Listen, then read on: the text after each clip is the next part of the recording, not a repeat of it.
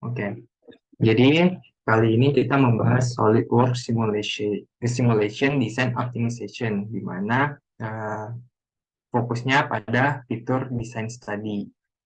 Jadi hari ini topik webinar kami adalah mengenai SolidWorks Simulation. Seperti yang dapat dilihat sendiri, simulation itu dibagi lagi menjadi beberapa analisa, terutama pada SolidWorks Simulation Premium, di mana pada fitur SolidWorks Premium ini, analisa-analisa itu tidak hanya pada statik, tapi juga bisa dilakukan pada frequency and buckling, juga bisa dilakukan pada thermal, juga bisa dilakukan pada drop test, fatigue, bahkan sampai flow simulation.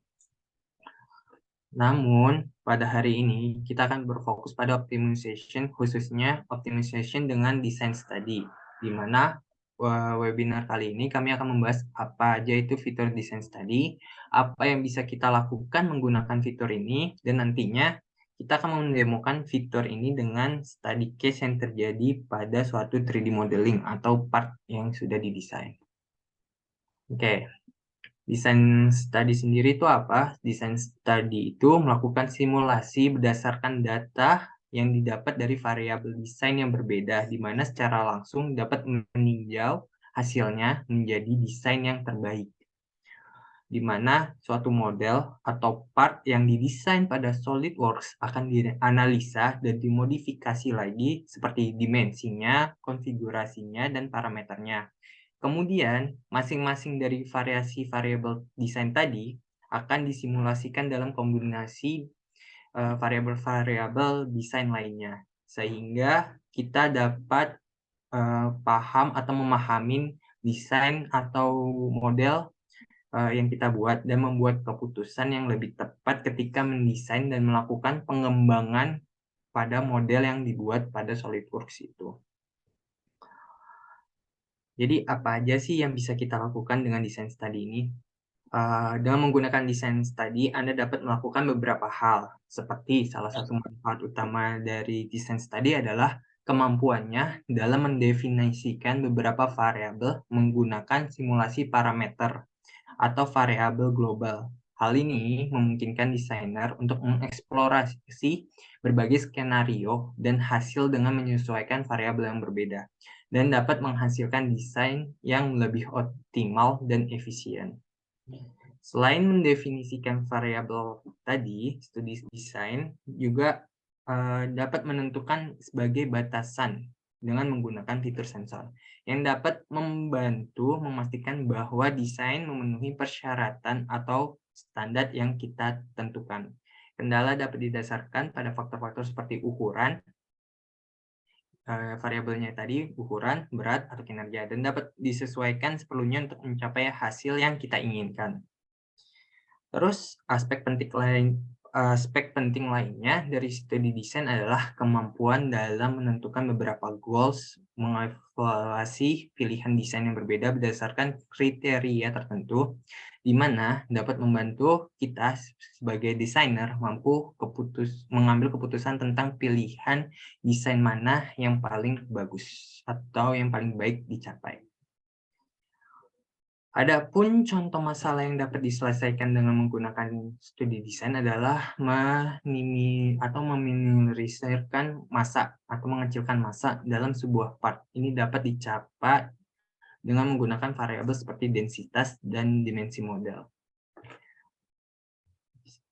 Studi desain dapat digunakan untuk yang tadi saya bilang, studi desain dapat digunakan untuk mengevaluasi pilihan desain dengan menentukan parameter yang mengatur benda untuk menggunakan bahan yang berbeda sebagai variabel, dan membantu desainer memahami pertukaran antara bahan yang berbeda dan membuat keputusan berdasarkan informasi tentang bahan mana yang akan digunakan dalam desain tertentu.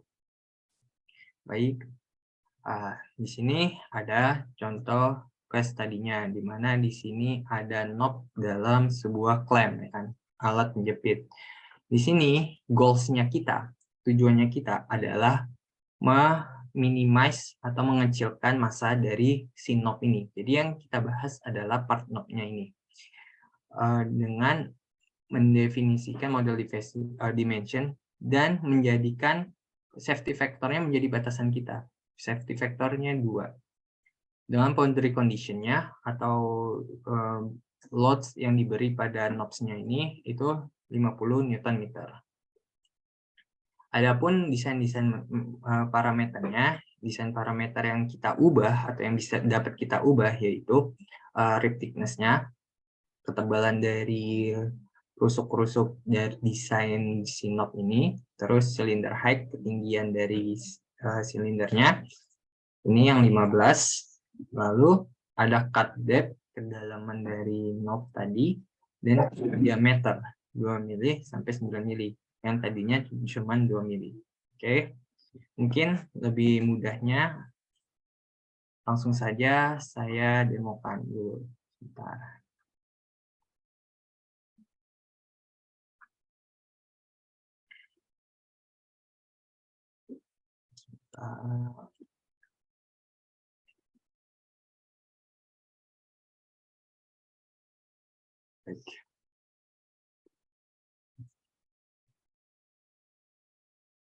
Oke, di sini bisa dilihat sudah ada desain clamp. Nah, yang kita ingin lakukan perubahan atau ingin kita analisa adalah knob-nya. Maka itu kita buka dulu part knob-nya. Oke, di sini kita sudah dapat part knob-nya. Oke, seperti yang saya bilang tadi sebelumnya, kita akan melakukan analisa design studies, di mana kita mendapatkan hasil yang terbaik dari desain ini. Tapi sebelumnya kita akan melakukan statik dulu. Melakukan simulasi statik, di mana kita akan menggunakan part ini dengan material berupa nilon, plastik nilon 101. Kita apply. Oke. Lalu kita definisikan fiturnya. Di mana fiturnya ini dimensi dalamnya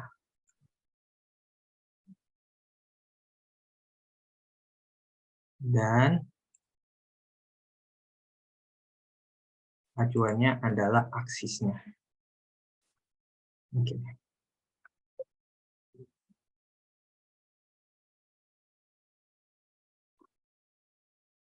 Bentar. Oke. Dengan translation yang berputar.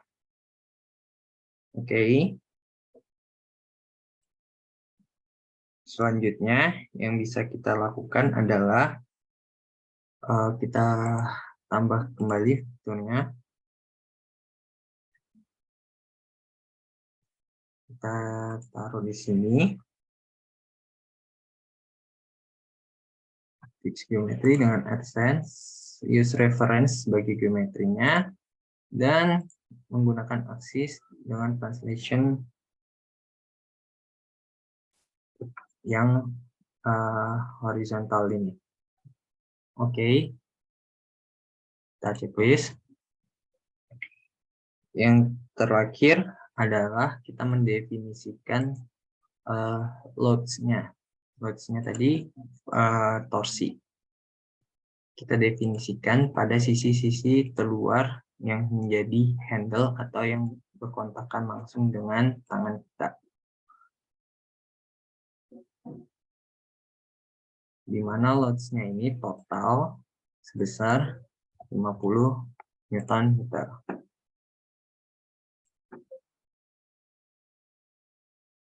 Oke. Dengan aksisnya yang kita pilih aksis 1 tadi. Sudah. Setelah kita sudah mendefinisikan reference geometri dan loads yang kita inginkan, yang kita lakukan selanjutnya adalah melakukan mesh. Namun di sini untuk menghemat waktu, maka mesh yang kita bikin adalah mesh by default saja ya. Mesh secara rata. Sehingga kita dapat mempercepat waktu. Oke, setelah kita mesh, kita lakukan run di studies.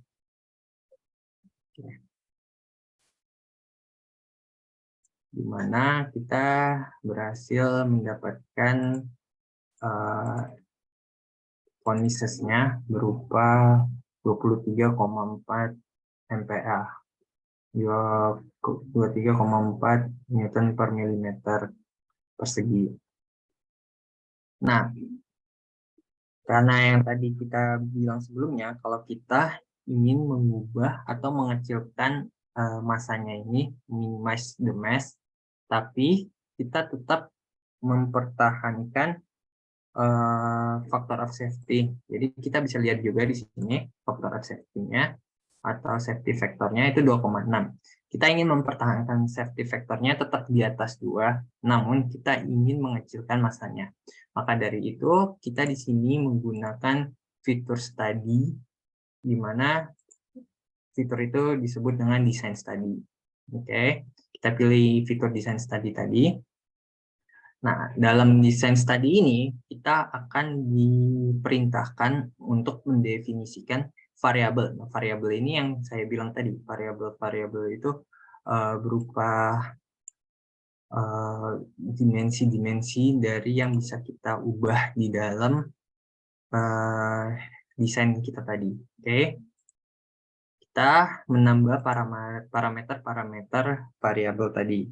Yang pertama yang bisa kita tambah adalah rip thickness.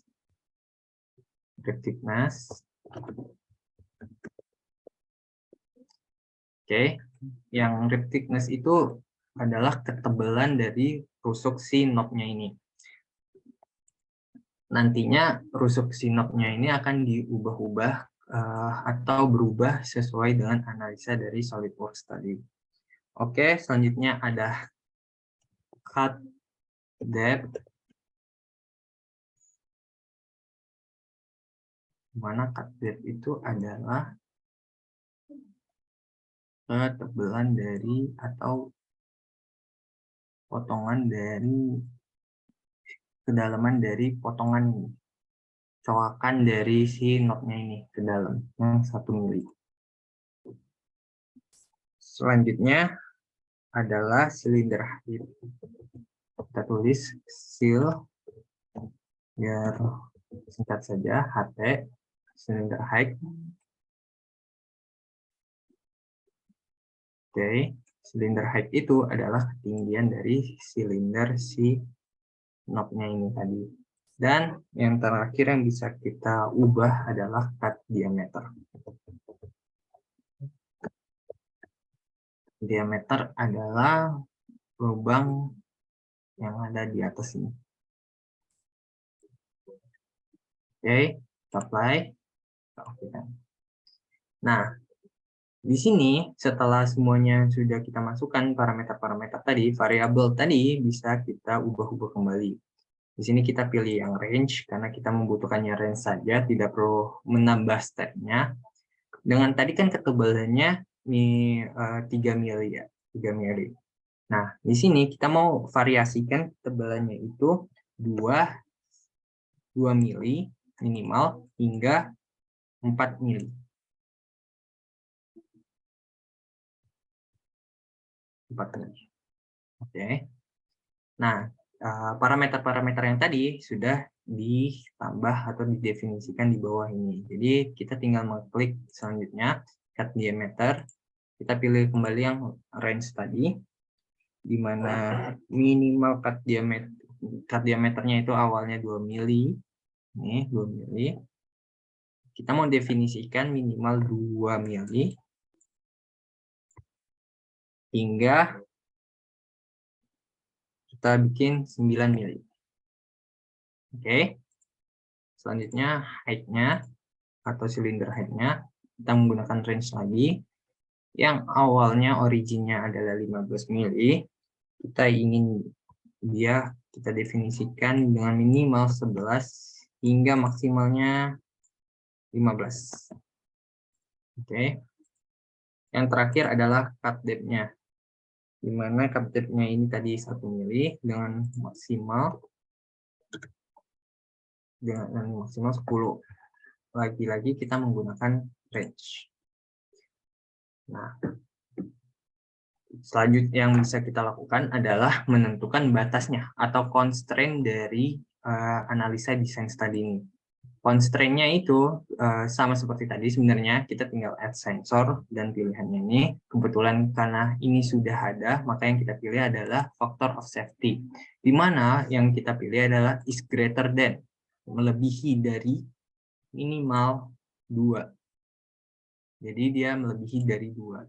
Dengan goals-nya mass, yang ingin kita lakukan adalah minimize. Jadi di sini kita bisa meminimaliskan atau maximize-kan atau is close to. Jadi kita meminimaliskan. Oke, setelah kita sudah pilih tadi variabel-variabel tadi, kita klik optimization dan kita run. Nah, nantinya SolidWorks akan membaca variabel atau desain-desain yang paling optimal, di mana di sini kita bisa lihat sedang dalam proses membaca beberapa iterasi desain yang dilakukan pada SolidWorks dan memilih desain mana sih yang paling optimal yang bisa kita gunakan sebagai desainer. Di sini kita bisa lihat nih, ada beberapa variabel-variabel yang kita definisikan. Nah, ketika desain itu melebihi batas parameter yang kita baca, kayak tadi, misalnya di sini kita inginnya factor of safety-nya 2, tapi ada suatu desain di mana factor of safety itu di bawah 2, maka dia akan menandakan iterasi itu sebagai merah. Maka iterasi tersebut tidak akan dipakai sama sekali oleh SolidWorks tadi. Jadi dia mengulang atau memproses desain-desain yang sesuai atau desain-desain yang paling optimal yang bisa kita gunakan. Seperti itu. Dimana di sini prosesnya ada 27 skenario.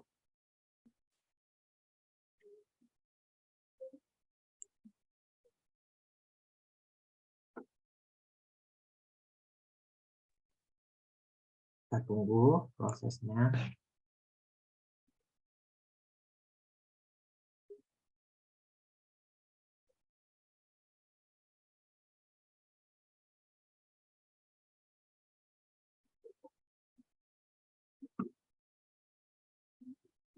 Kita juga bisa lihat animasinya di sini, di mana desainnya itu berubah-ubah sesuai dengan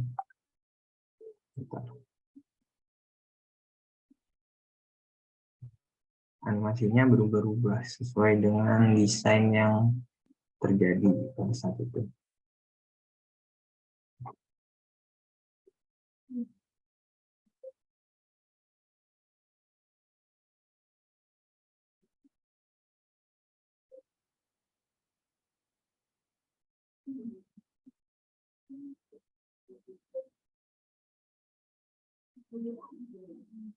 Baik.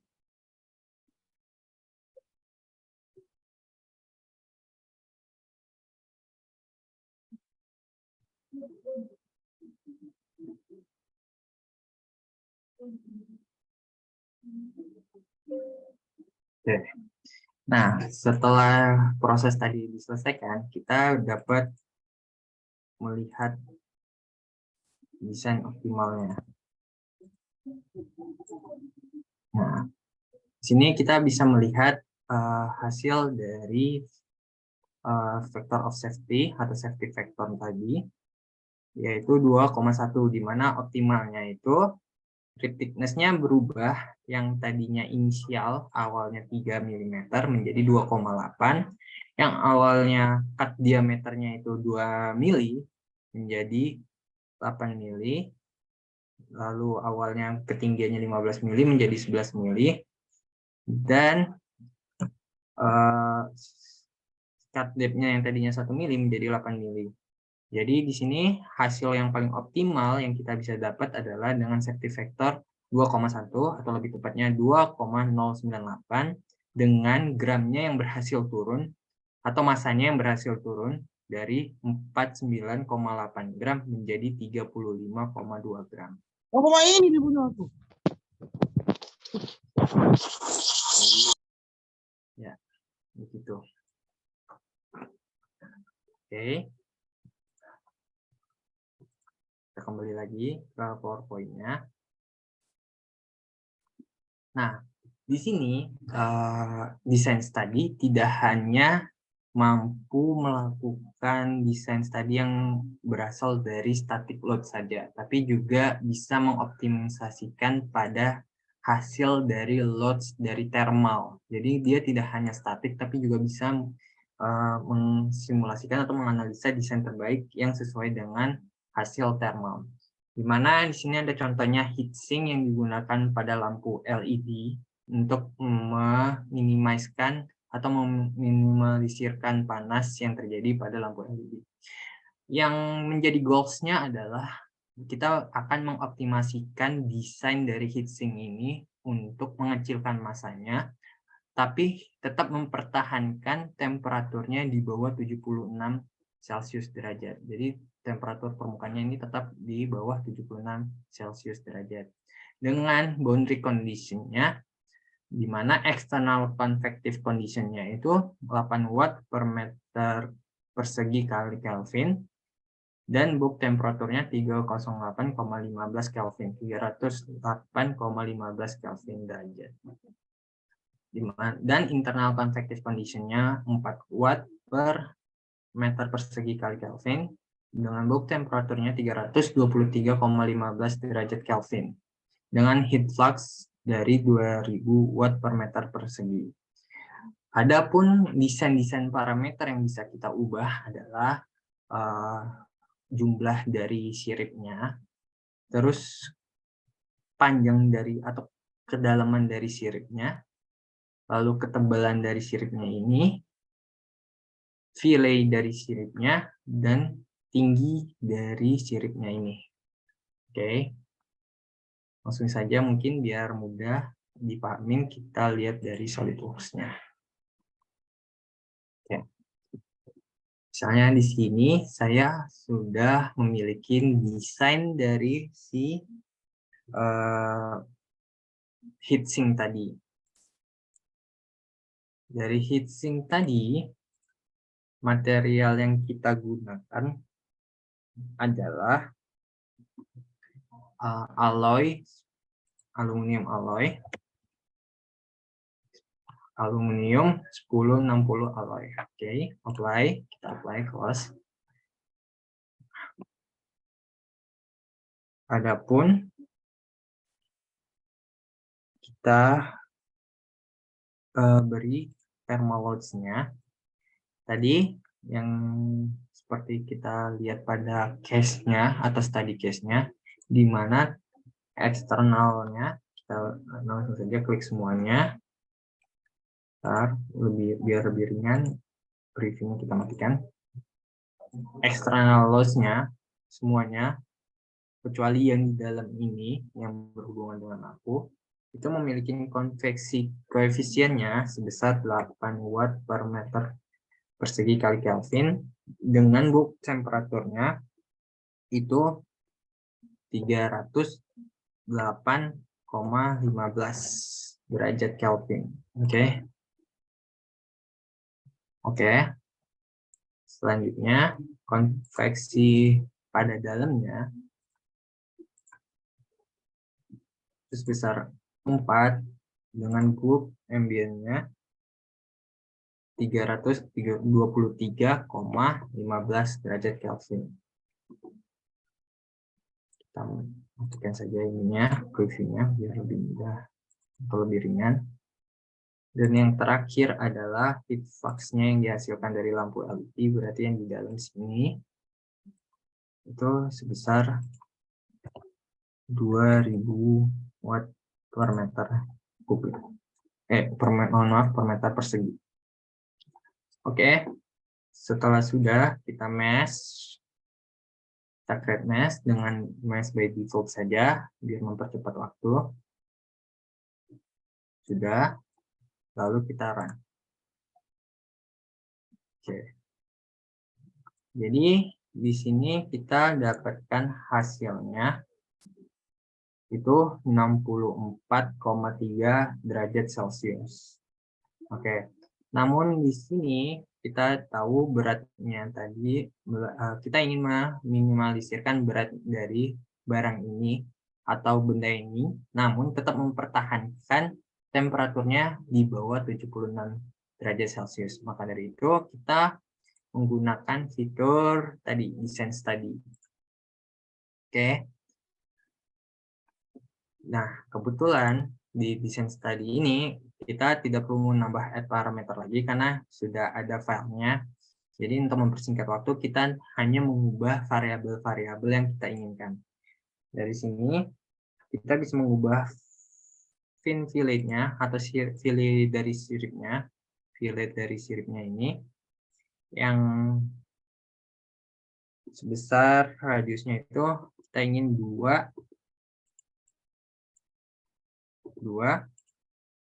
hingga 20. Lanjut. Fin depth-nya kita pakai range lagi 26 dengan maksimalnya hingga 50. Lalu ada fin height-nya dengan range lagi 10 hingga 40. Yang terakhir, fin thickness-nya dulu ada 2, kita ingin 2 mili minimal hingga 6 mili. Dan yang terakhir, jumlah dari siripnya atau jumlah dari fin-nya itu kita ingin 20 hingga berjumlah 60. Oke. Tadi yang menjadi batasan atau constraint kita adalah thermalnya, di mana thermalnya itu is less than atau lebih kurang dari 76 derajat Celcius. Dengan goals-nya, kita ingin meminimaliskan masanya atau mengecilkan dari masa si part yang sudah kita desain. Setelah itu, kita klik optimization tadi, kita checklist ini, lalu kita run. Oke. Dalam prosesnya sama seperti tadi, bisa kita lihat SolidWorks akan menganalisa variabel-variabel tadi, memasukkan variabel-variabel yang tadi kita inginkan ke dalam part yang didesain ini, sehingga memungkinkan kita melihat desain mana yang menjadi desain terbaik atau desain yang paling efisien atau paling optimal yang bisa kita desain. Nah, ini dalam prosesnya kita juga bisa lihat nih di part ini di mana sirip-siripnya tadi yang menjadi parameter utama kita itu berubah-ubah.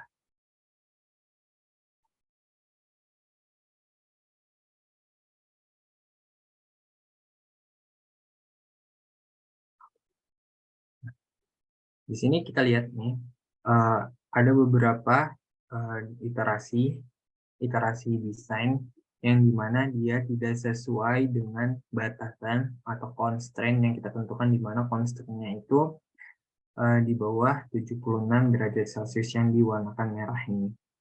Jadi dia tidak akan otomatis tidak memilih desain ini.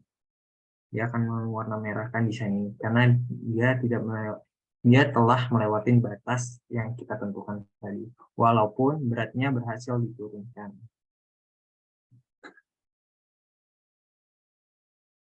Di sini dimana desain awal kita memiliki berat 1569,8 gram. Mohon maaf.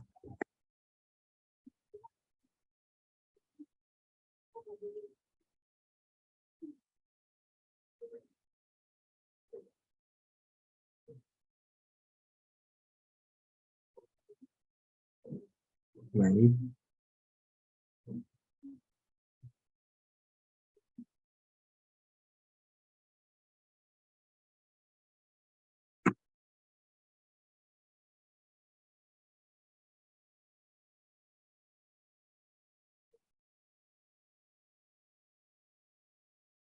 Kita juga bisa lihat iterasi-iterasi lainnya.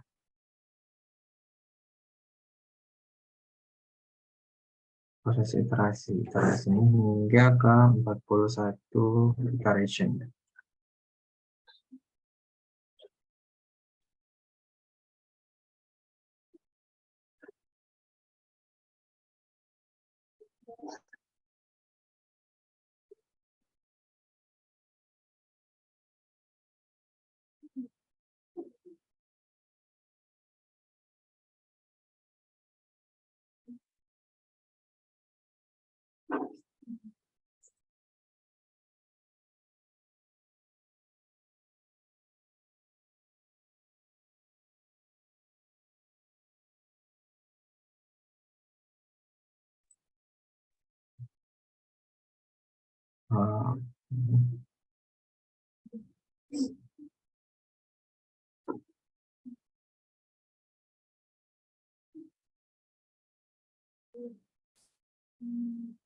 Mungkin sambil menunggu, rekan saya akan menaruh absen di kolom chat. Baik, Bapak dan Ibu dosen serta rekan-rekan mahasiswa, mungkin di chat sudah saya kirimkan untuk link absensi.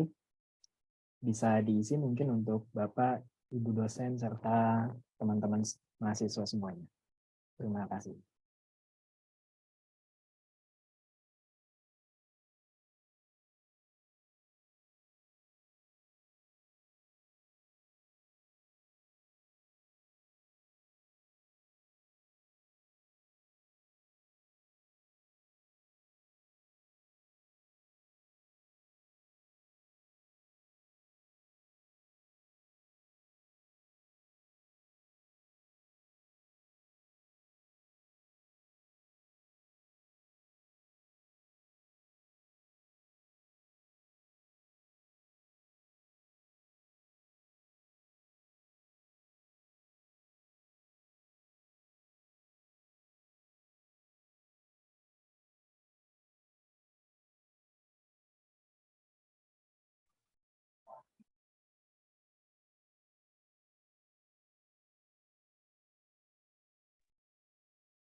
Baik, oke. Prosesnya sudah hampir selesai.